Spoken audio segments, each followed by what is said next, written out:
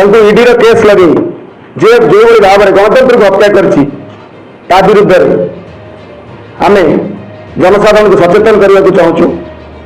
आम आदमी पार्टी राष्ट्रीय सभापति तथा दिल्ली मुख्यमंत्री अरविंद केजरीवाल को मिथ्या अभियोग में गिरफ्त कर संबंध में सांघातिक तथ्य पदाक आसी गोटे सांघातिक तथ्य जहाँ पदाक आसी कहीदेक चाहूँगी यही तथ्य भारतीय जनता पार्टी ही प्रकृत अपराधी एवं चक्रांत कर केजरीवाल को जेल पठाई प्रमाणित होती।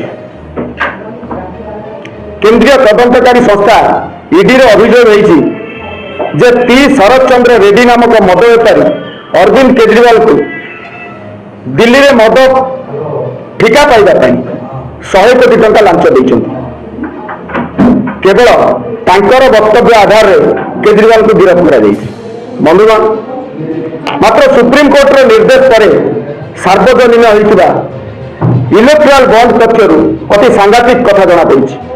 टी शरद चंद्र रेड्डी केवल जड़े मद बेपारी नुहति से अरविंद फार्मा नामक मेडिसिन कंपानी भी मालिक अटंती।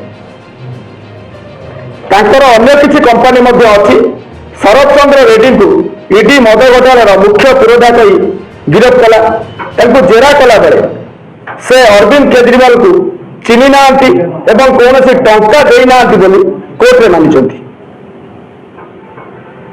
तेणु ईडी बेल विरोध कला एवं लंबा समय जेल में रखा। मात्र वर्तमान इलेक्ट्राल बॉन्ड पक्षर जमापड़ी जे पी शरद चंद्र रेड्डी को ईडी माध्यम भयभीत कर भारतीय जनता पार्टी तांकर विभिन्न कंपानी प्राय 59.5 कोटी टंका चांदा नहीं से जेल में थिला बेले किछि टंका देइछंती एवं परवर्ती समय जेतेबेले बेल में आसीचंती से मध्य अलग टंका भी देइछंती। तापर ईडी तुमको डरे धमकई राजसाक्षी भाव में नहीं केवल तांकर बयान को भित्ति करी अरविंद केजरीवाल को मिछ केस रे ईडी आज जेल रखी।